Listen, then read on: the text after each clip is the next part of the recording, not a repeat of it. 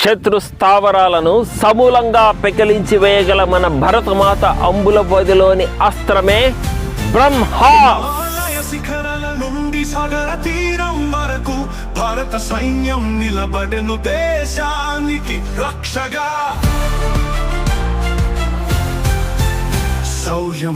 ఇది కేవలం ఒక మిసైల్ కాదు, మన శత్రువుల గుండెల్లో రైళ్లు పరిగెత్తించగల ఒక బ్రహ్మాస్త్రం.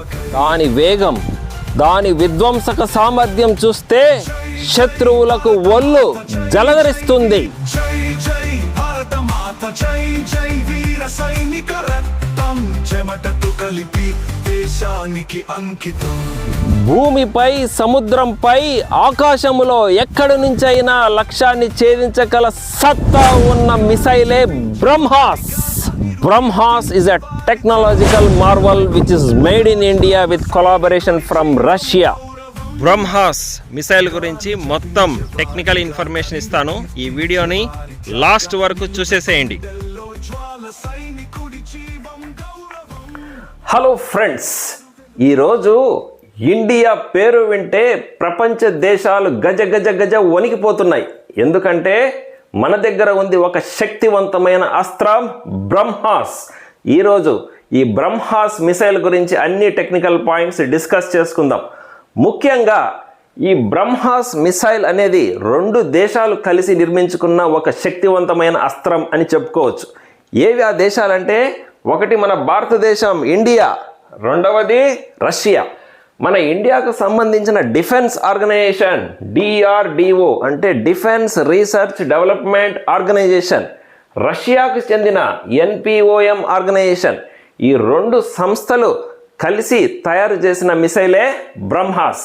ఈ బ్రహ్మాస్ మిసైల్ గురించి కొన్ని ఇంపార్టెంట్ పాయింట్స్ చూసేద్దాం. ఈ బ్రహ్మాస్ మిసైల్ని క్రూయిజ్ మిసైల్ అని చెప్పుకోవచ్చు. ఎందుకంటే దీని రేంజ్ 1500 కిలోమీటర్ల వరకు మాత్రమే ఉంటుంది. అందుకే ఇది ఒక క్రూయిజ్ మిసైల్.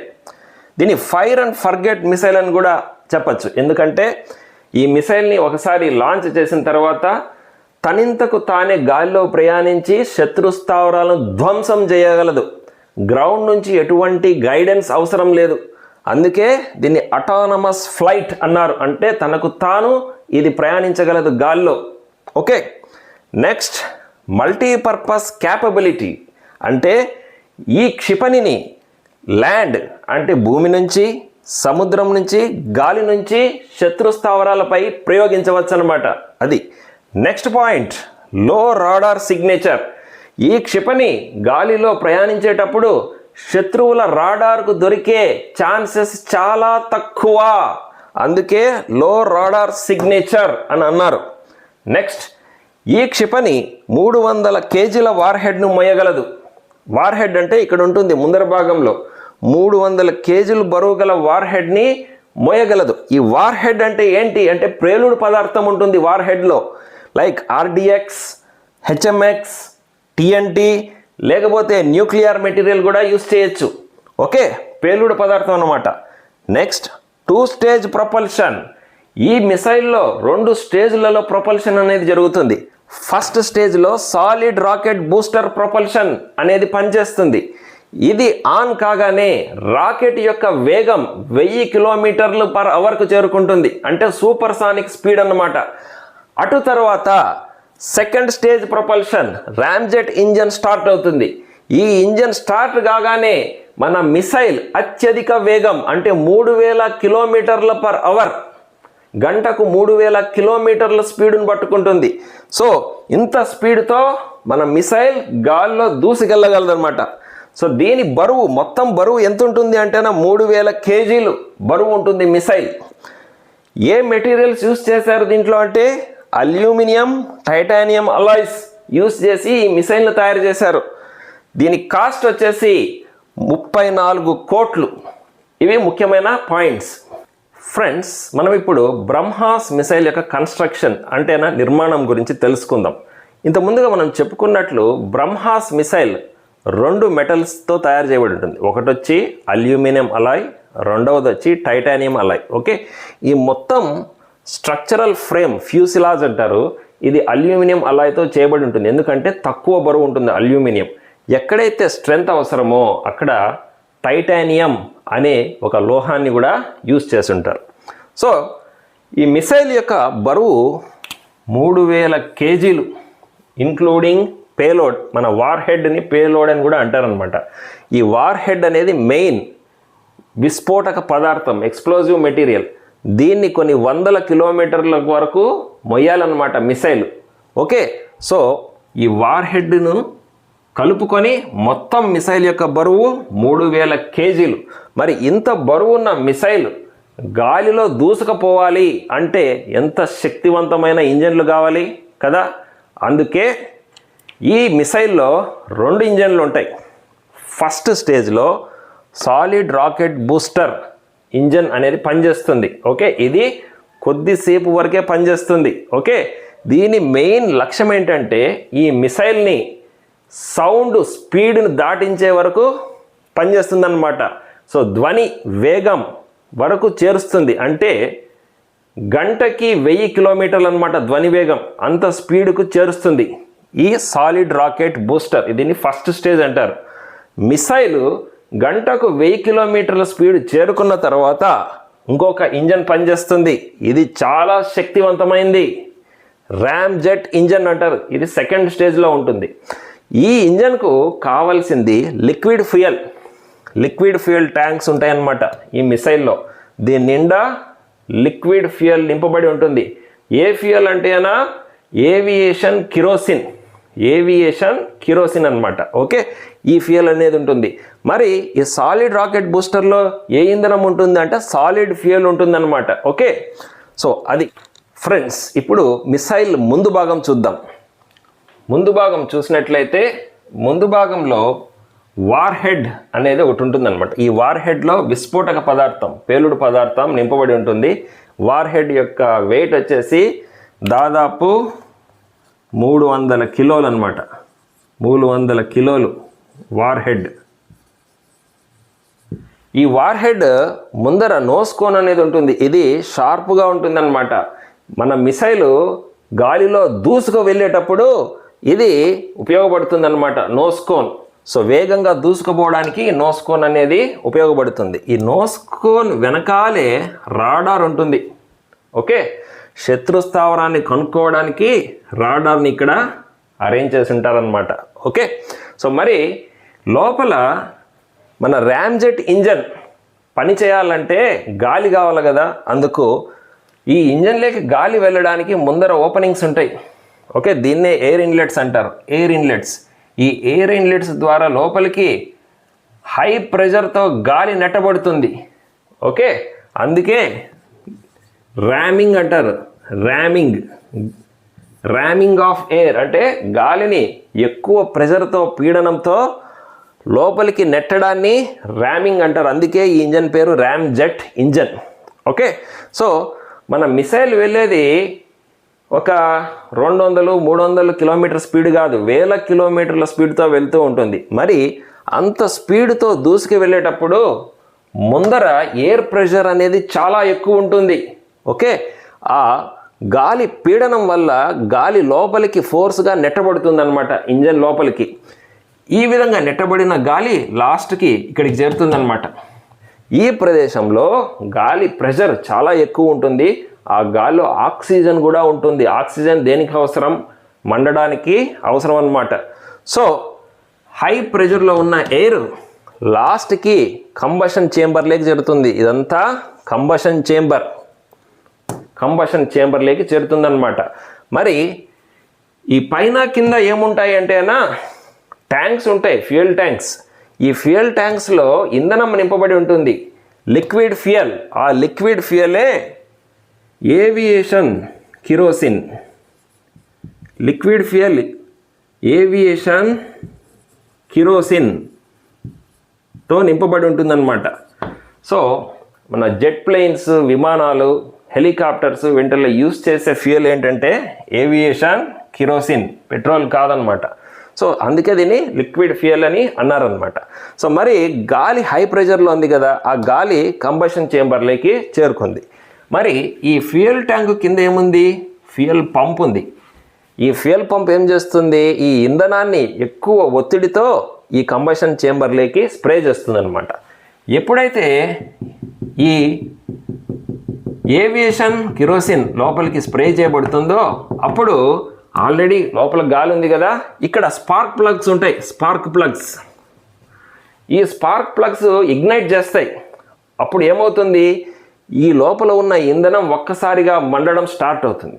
మండినప్పుడు ఏమవుతుంది, ఇంకా ప్రెషర్ పెరిగిపోతుంది, విపరీతంగా ప్రెషర్ పెరిగిపోతుంది. లోపల టెంపరేచర్ కూడా విపరీతంగా పెరిగిపోతుంది. The gases will expand, gases expand కావడం మొదలు పెడతాయి. ఎక్స్పాండ్ కావడం వల్ల ఈ ఎక్స్పాండ్ అయిన గ్యాసెస్ హై ఫోర్స్తో ఇట్లా వెనక్కి నాజిల్ ద్వారా బయటకు వస్తాయి అన్నమాట. ఈ నాజిల్ ద్వారా బయటకు వస్తాయి గ్యాసెస్. సో ఈ విధంగా అతి వేగంగా ఎక్స్పాండ్ అయిన గ్యాసెస్ నాజిల్ ద్వారా బయటకు వచ్చినప్పుడు ఏమవుతుంది, మన మిసైల్ గాల్లో అతి వేగంతో దూసుకెళ్తుంది. మీకు న్యూటన్స్ థాట్లా తెలిసే ఉంటుంది, for every action there is equal and opposite reaction. So ఇక్కడ యాక్షన్ ఏంటి, హై ప్రెషర్తో ఎక్స్పాండెడ్ గ్యాసెస్ బయటికి రావడం. రియాక్షన్ ఏంటి, మన మిసైల్ అదే వేగంతో ముందరికి దూసుకుపోవడం అన్నమాట.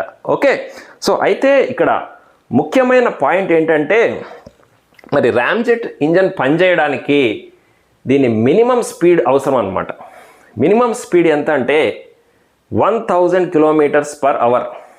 దాన్ని సూపర్ సానిక్ స్పీడ్ అంటారు. సో మన ర్యామ్జెట్ ఇంజను పని చేయడానికి ముందు కావలసిన స్పీడ్ ఎంత, 1000 km/h. దాన్ని సూపర్ సానిక్ స్పీడ్ అంటారు. సూపర్ సానిక్ స్పీడ్ ఎంతమ్మా, 1000 km/h. ఓకే, సో ఈ స్పీడ్ని చేరుకోవడానికి మనకు ఉపయోగపడేదే solid rocket booster engine. Okay, so మన లాంచ్ వెహికల్, ఇది లాంచ్ వెహికల్ అనమాట. ఈ లాంచ్ వెహికల్లో క్యానిస్టర్ అనే ఒక గొట్టం ఉంటుంది. ఈ గొట్టంలోంచి మిసైల్ రిలీజ్ చేయబడుతుంది. ఇప్పుడు రిలీజ్ చేయబడినప్పుడు దాని వెలాసిటీ చాలా తక్కువ ఉంటుంది, దాని స్పీడ్ చాలా తక్కువ ఉంటుంది. సో ఈ మిసైల్ని 1000 km స్పీడ్కు తీసుకుపోవాలంటే మన సాలిడ్ రాకెట్ బూస్టర్ ఇంజన్ అవసరం అనమాట. ఫస్ట్ ఈ ఇంజన్ ఫైర్ అవుతుందన్నమాట. ఈ ఇంజన్ ఫైర్ కాగానే లోపల ఉన్న సాయిడ్ ఫ్యూయల్ కంబషన్ అయ్యి ఇగ్నైట్ అయ్యి దాని ద్వారా హై ప్రెషర్ గ్యాసెస్ అనేటివి బయటకు వస్తాయి. అప్పుడు ఏమవుతుంది, మన మిసైల్ అనేది సూపర్ సానిక్ స్పీడ్కు చేరుకుంటుంది. సూపర్ సానిక్ స్పీడ్కు చేరుకుంటుంది. సూపర్ సానిక్ స్పీడ్కు చేరుకున్న తర్వాత అప్పుడు చాలా వేగంతో గాలి లోపలికి ప్రవేశించడం స్టార్ట్ అవుతుంది అంత స్పీడ్లో. ఓకే, అప్పుడు అతి వేగంతో గాలి లోపలికి ప్రవేశించినప్పుడు ఎక్కువ పీడనానికి లోనై మన ర్యామ్జెట్ ఇంజన్ స్టార్ట్ అవుతుంది. ఆ తర్వాత అర్థమైందా కాన్సెప్ట్, అదనమాట. ఓకే, అతి వేగంగా గాలిలో దూసుకెళ్తున్న మిసైలు తన దిశను తప్పకుండా నిర్దిష్ట దిశలో ప్రయాణించడానికి ఉపయోగపడేది ఏంటి అంటే కంప్యూటర్, ఆన్బోర్డ్ కంప్యూటర్. ఇది ఒక మెదడులాగా పనిచేస్తుంది మిసైల్కి. ఈ కంప్యూటరుకి అనుసంధానమైన పరికరాలు ఏంటి అంటేనా GPS, global positioning system, accelerometer, gyroscope. GPS పని ఏంటి అంటేనా ప్రస్తుతం మిసైల్ ఏ పొజిషన్లో పోతుంది అని తెలియజేస్తుంది. యాక్సిలరోమీటర్ అనేది ఎంత స్పీడ్లో ఉంది అని తెలియజేస్తుంది. గైరోస్కోప్ అనేది మిసైల్ని స్టేబుల్గా వెళ్ళేటట్లు చేస్తుంది అనమాట. సో ఈ యాక్సిలరోమీటర్, గైరోస్కోప్ రెండింటిని కలిపి ఐఎన్ఎస్ అని అంటారు, అంటే internal navigation system. Okay, so ఇవన్నీ కంప్యూటర్కి అనుసంధానించబడి ఉంటాయి. నెక్స్ట్ మరొకటి రాడార్, నోస్కోన్ కింద రాడార్ ఉంటుంది. సో ఈ రాడార్ ఉపయోగం ఏంటంటే ఈ మిసైల్ శత్రుస్థావరానికి చేరుకున్నప్పుడు శత్రుస్థావరం ఖచ్చితంగా ఎక్కడ ఉంది అని పసిగట్టడానికి లాస్ట్ స్టేజ్లో ఉపయోగపడుతుంది ఈ రాడార్. ఓకే, సో ఈ రాడార్ నుంచి జిపిఎస్, యాక్సిలరోమీటర్, గైరోస్కోప్ నుంచి ఇన్పుట్స్ కాన్స్టెంట్గా కంప్యూటర్కి వెళ్తూ ఉంటాయన్నమాట, మెదడులాగా. ఓకే, సో ఈ పరికరాల నుంచి సంకేతాలు అనుకున్న కంప్యూటర్ ఏం చేస్తుంది అంటే మన మిసైల్ను సరైన దిశలో నడుపుతుందన్నమాట. ఏ విధంగా అంటే ఈ కంప్యూటరు ఈ మోబైల్ ఫిన్స్కు అనుసంధానించబడి ఉంటాయి, అంటే కనెక్ట్ చేయబడి ఉంటాయి. ఈ మూవబుల్ ఫిన్స్ ఇటు అటు కదులుతాయి అన్నమాట. ఓకే, మొత్తం 4 మూవబుల్ ఫిన్స్ ఉంటాయి. ఓకే, ఇలాంటి రెక్కలు, చిన్న రెక్కలు ఉంటాయి తోక భాగంలో. ఇవి కదలడం వల్ల ఏమవుతుందంటే మన మిసైల్ తన దిశను కొద్దిగా మార్చుకోగలదు. ఓకే, కుడికి, ఎడమకి, పైకి, కిందికి మార్చుకోగలదన్నమాట. సో దీన్నే స్టీరింగ్ అంటారు. ఓకేనా? సో అది ఈ కంప్యూటర్ యొక్క మెయిన్ పర్పస్. నెక్స్ట్ ఇక్కడ వేగం గురించి మనం తెలుసుకోవాలి, స్పీడ్ గురించి మాట్లాడుకోవాలి. ఇక్కడ మిసైల్ స్పీడ్ని మార్క్స్లో చెప్తారనమాట. 1 Mach is equal to 343 meters per second. That is nothing but speed of sound, అంటే ధ్వని వేగం. ధ్వని వేగం 343 meters per second. ఈ స్పీడ్ని ఏమంటారంటే 1 Mach అంటారనమాట. సో ఈ స్పీడ్ని ఎప్పుడైతే దాటిందో దాన్ని సూపర్ సానిక్ స్పీడ్ అంటారనమాట. Super sonic speed will be more than 1 Mach, that it is 2 Machs, 3 Machs, 4 Machs, 5 Machs, so on. Okay, 2 Machs అంటే ఏంటి? 2 times the speed of sound. ధ్వని యొక్క వేగానికి 2 ఇంతలు వేగం అన్నమాట. 3 Machs అంటే ఏంటి? 3 times speed of sound. ఈ విధంగా ఈ క్షిపణులు, మిసైల్స్, జెట్ ప్లేన్స్, వీటి యొక్క వేగం మార్క్స్ అనే యూనిట్స్లో కొలుస్తారన్నమాట. అర్థమైందా?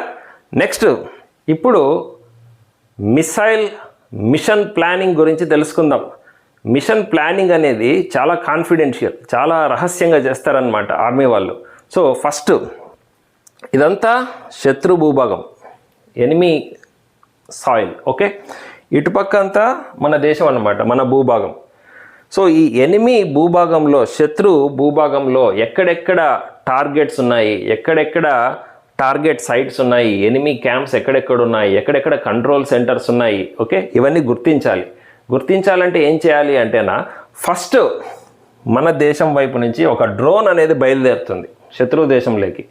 ఈ డ్రోన్ ఏం చేస్తుంది అనమాట, గాల్లో చక్కర్లు కొడుతూ హై రెజల్యూషన్ ఫొటోస్ తీస్తుంది. ఓకే, ఈ ఫొటోస్ని మన కంట్రోల్ సెంటర్కి పంపించేస్తుంది. ఓకే, సో ఇక్కడ మన కంట్రోల్ సెంటర్లో మన ఆర్మీ వాళ్ళు ఏం చేస్తారంటే ఈ ఫొటోస్లో ఎక్కడెక్కడ శత్రు స్థావరాలు ఉన్నాయో గుర్తుపడతారు. గుర్తుపట్టి వాటిని కోఆర్డినేట్స్ని ఫిక్స్ చేస్తారు. అంటే లాటిట్యూడ్, లాంగిట్యూడ్స్ ఉంటాయి కదా. సో ఈ లాటిట్యూడ్, లాంగిట్యూడ్ కోఆర్డినేట్స్ని ఫిక్స్ చేస్తారనమాట.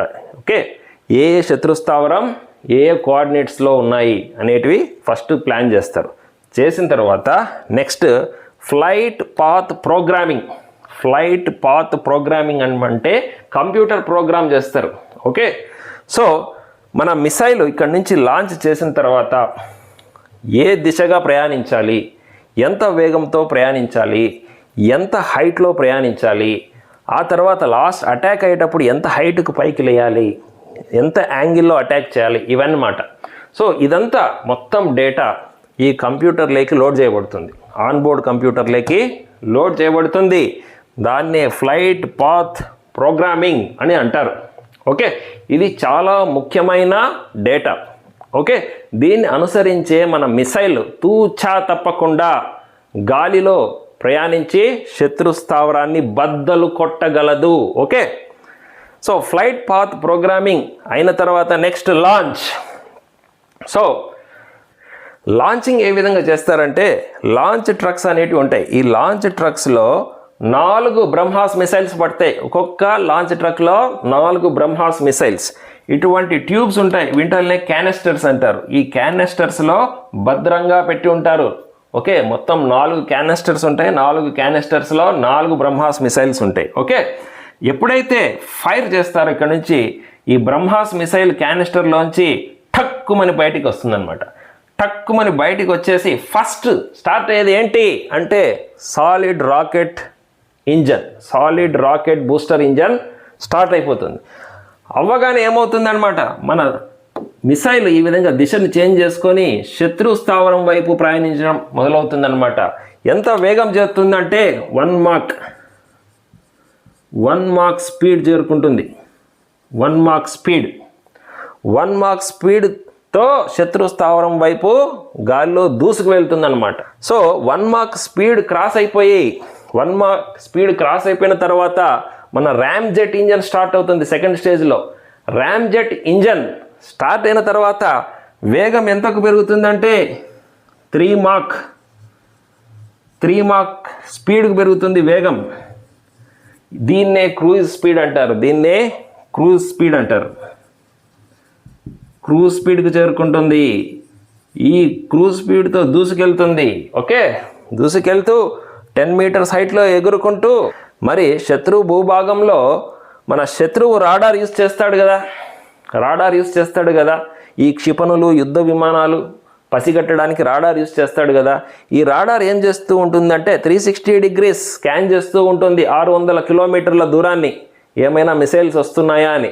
మరి ఈ రాడార్స్ నుంచి తప్పించుకోవడానికి ఏం చేస్తుంది బ్రహ్మాస్ మిసైల్ అంటే అతి తక్కువ హైట్లో ఎగురుతుందన్నమాట.